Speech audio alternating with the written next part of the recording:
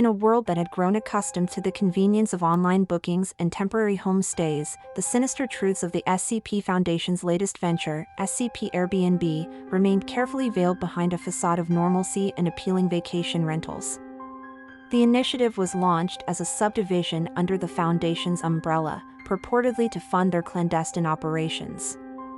Each property listed under SCP Airbnb was not merely a rental but a containment site for anomalies the Foundation could neither lock away nor destroy. The unwitting guests played a critical role in these containment protocols, their interactions with the properties providing vital data on anomaly behavior and containment efficacy.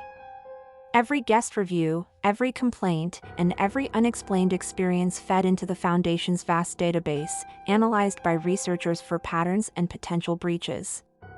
James and Lila Sullivan, a couple from Ohio, booked a charming little cabin in the woods of Maine for their 10th anniversary. The SCP Airbnb listing showed a picturesque cabin surrounded by acres of untouched forest, promising complete privacy and escape from the hustle of urban life. Upon arrival, the couple was enchanted by the rustic beauty of the cabin.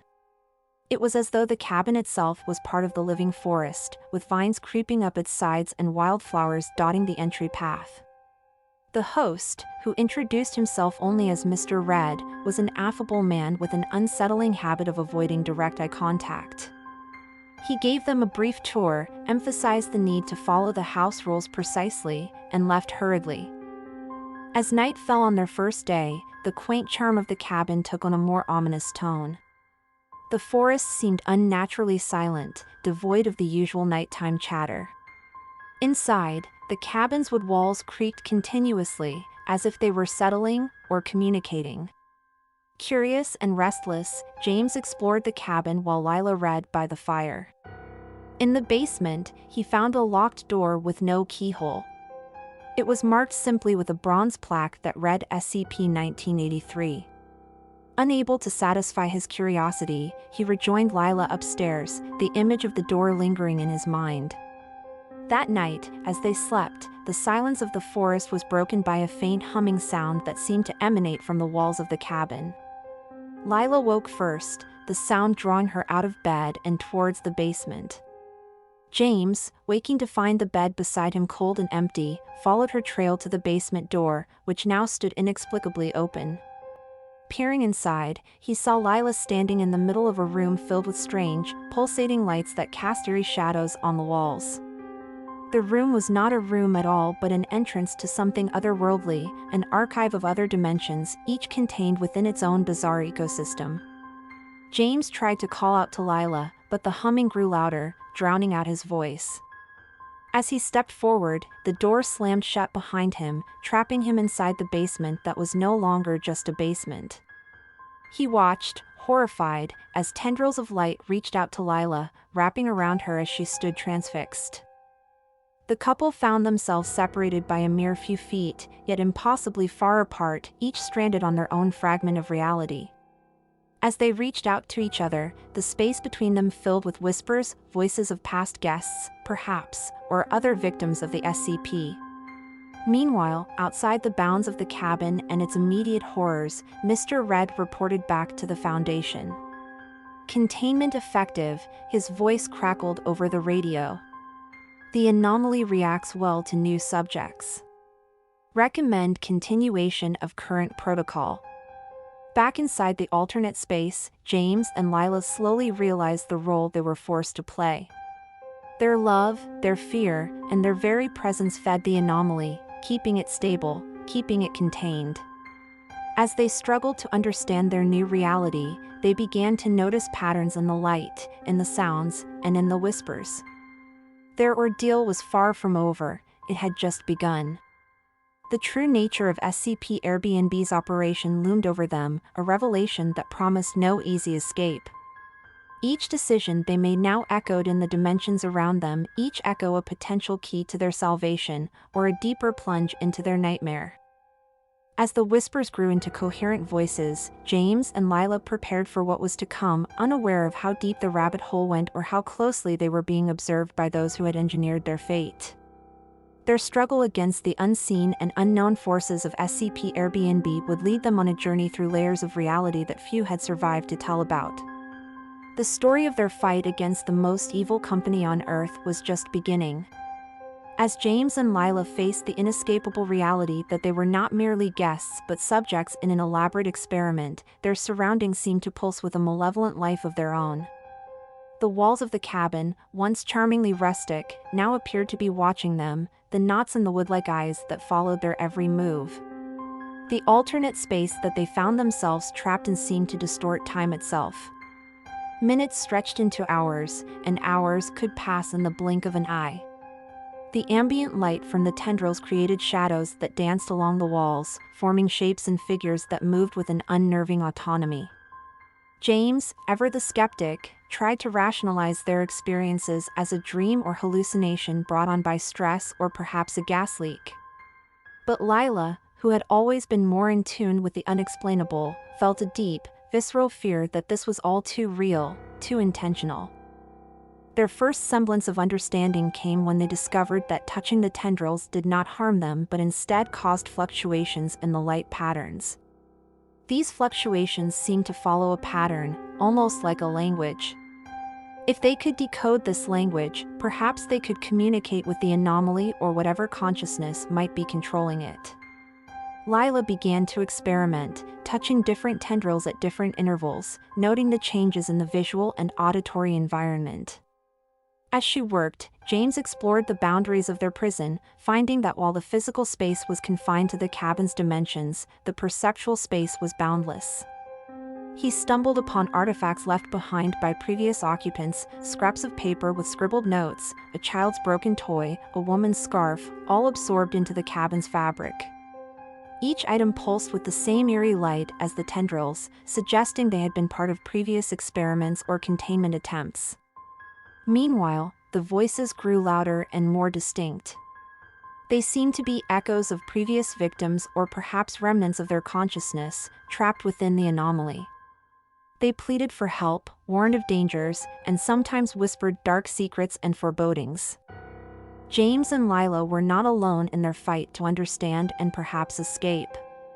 They learned from the voices that the anomaly was known as SCP-1983-A, a sentient dimension that fed on emotional and psychological energy.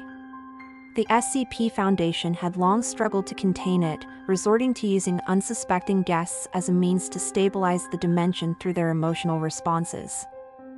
Armed with this new knowledge, the couple started to manipulate their emotions to affect the anomaly's behavior. Fear, love, desperation, each emotion seemed to tune the frequency of the dimensions slightly differently.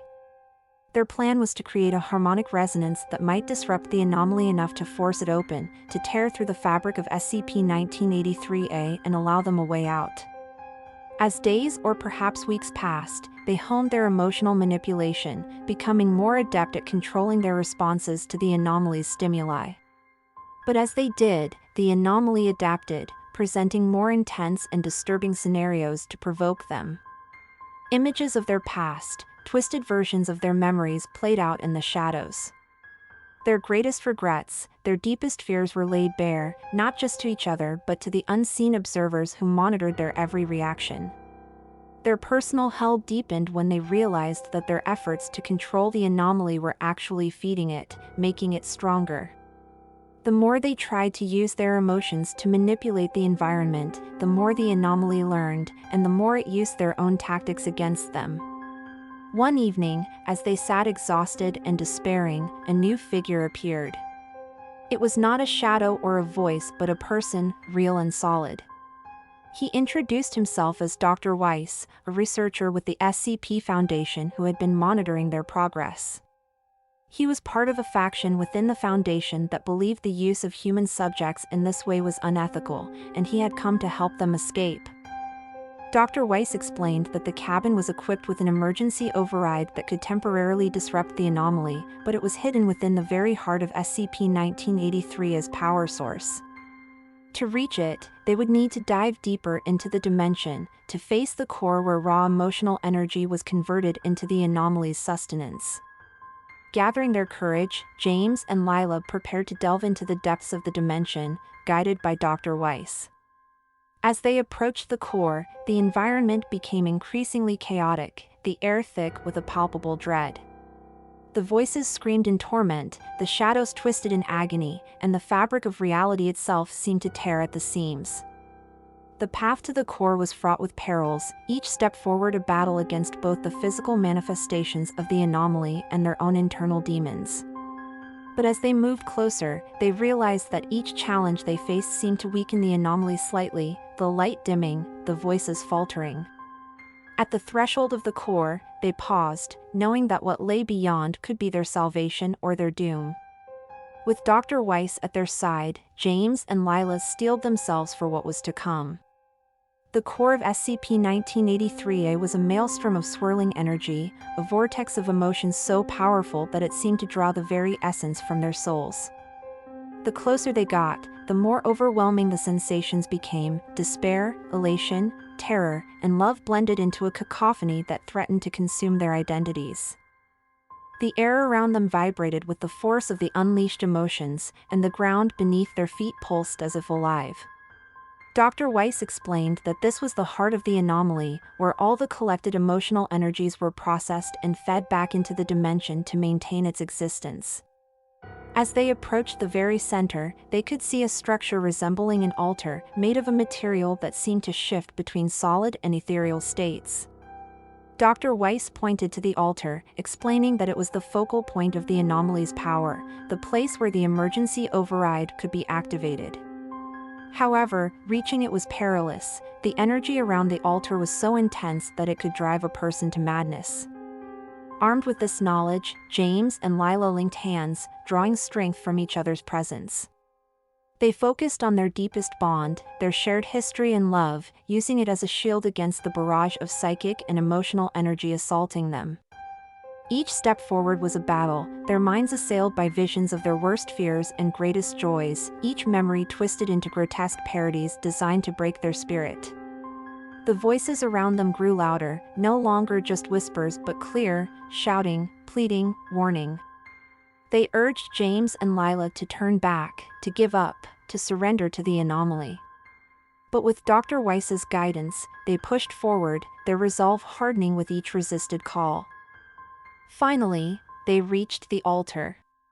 It was surrounded by a halo of blinding light, and the air thrummed with power. Dr. Weiss instructed them to place their hands on the altar and focus on a single, clear emotion.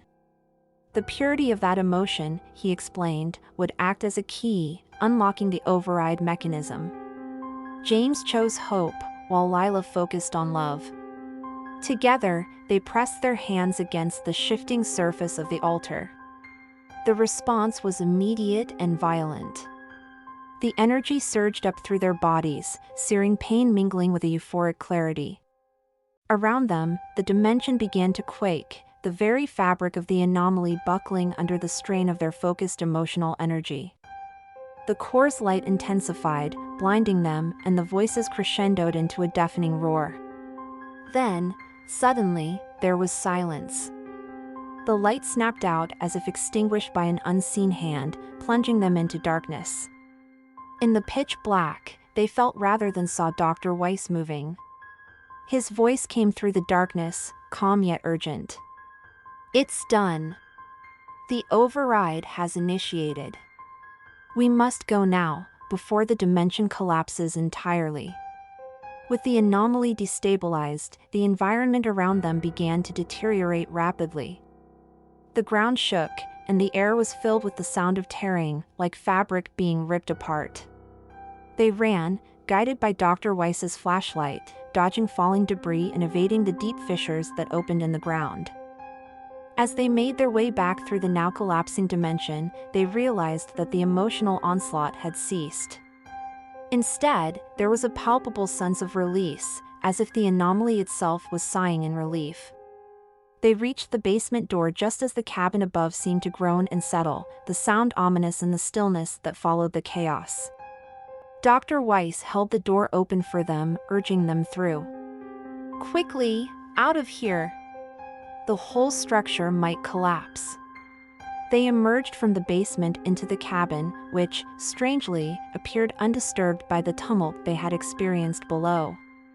The wood creaked softly, familiarly, no longer with the sinister overtone it had carried before. Outside, the dawn was breaking, the first light filtering through the trees in soft, golden beams. The forest seemed to have awakened from a long slumber, the air fresh and clear.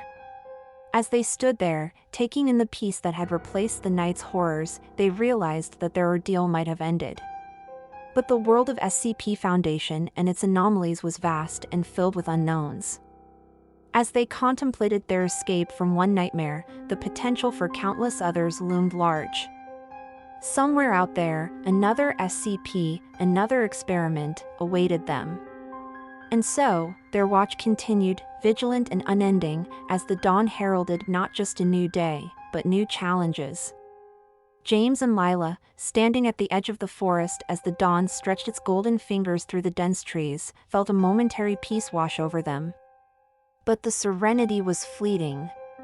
Though they had escaped the immediate clutches of SCP-1983-A, the broader implications of what they had experienced gnawed at their resolve. The SCP Foundation's web was vast and intricate, and they had only just brushed against its outermost threads. Dr. Weiss, looking equally relieved and burdened, checked his watch, a device that seemed too ordinary for someone who had navigated the complexities of an alternate dimension. "We don't have much time," he cautioned, his voice a low rumble against the morning chorus of the woods. "The Foundation will notice the disruption. They monitor all anomalies closely, and what we've done, it won't go unnoticed for long." Lila, her mind racing with fatigue and fear, nodded. "What's the next step then?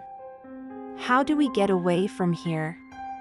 "The Foundation, they'll want to contain us," James interjected, his tone bitter. "To them, we're loose ends now. Witnesses to things that defy explanation and threaten their control." Dr. Weiss pulled out a small, rugged device from his backpack. "I've prepared for this. This is a short-range teleporter, experimental, but should be enough to get us out of immediate danger." He handed the device to James. "We can't use it here, though. Too close to the anomaly site. We need to get a few miles away, out of their primary surveillance zone." They moved quickly, leaving the cabin and its nightmarish basement behind. The forest seemed to watch them depart, the trees whispering secrets to the morning wind.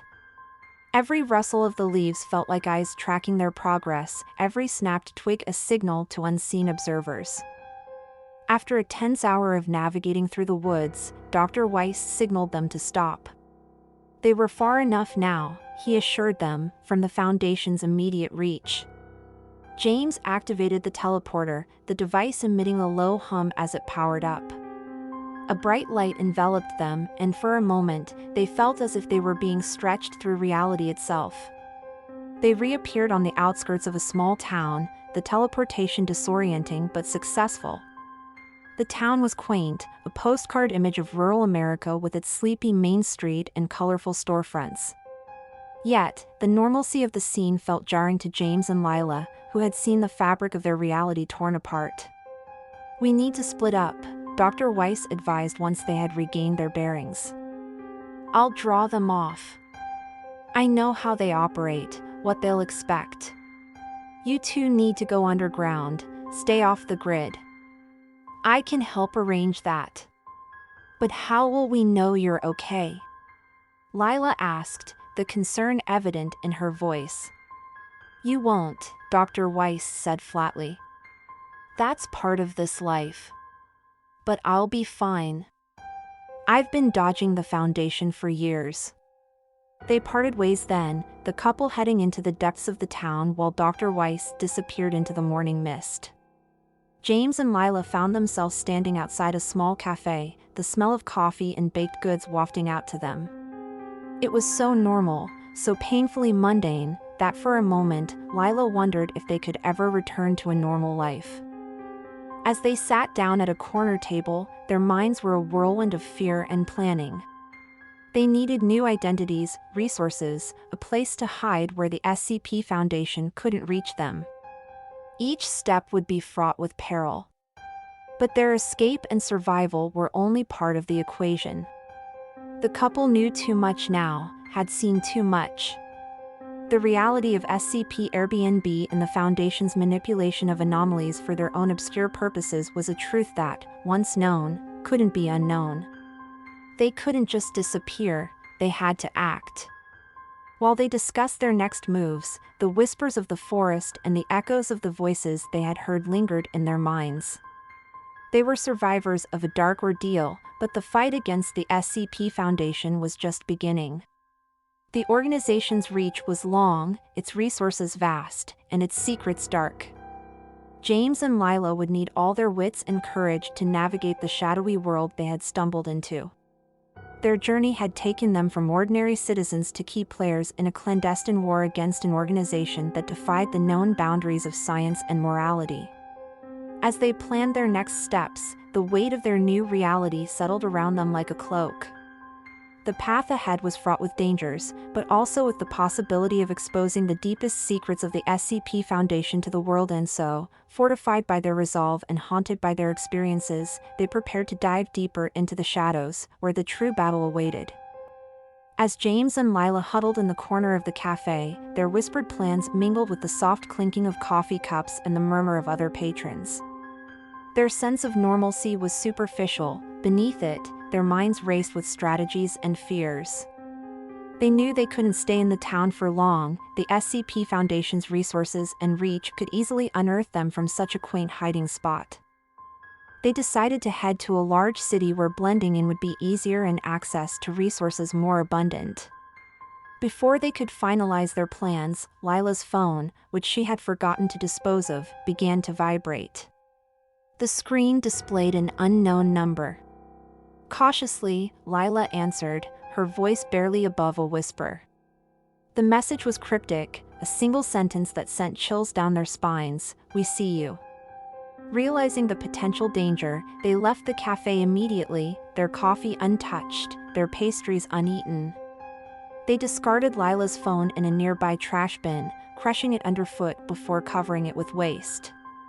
The streets of the small town suddenly felt oppressive, each passerby a potential observer, every car that slowed nearby a potential threat.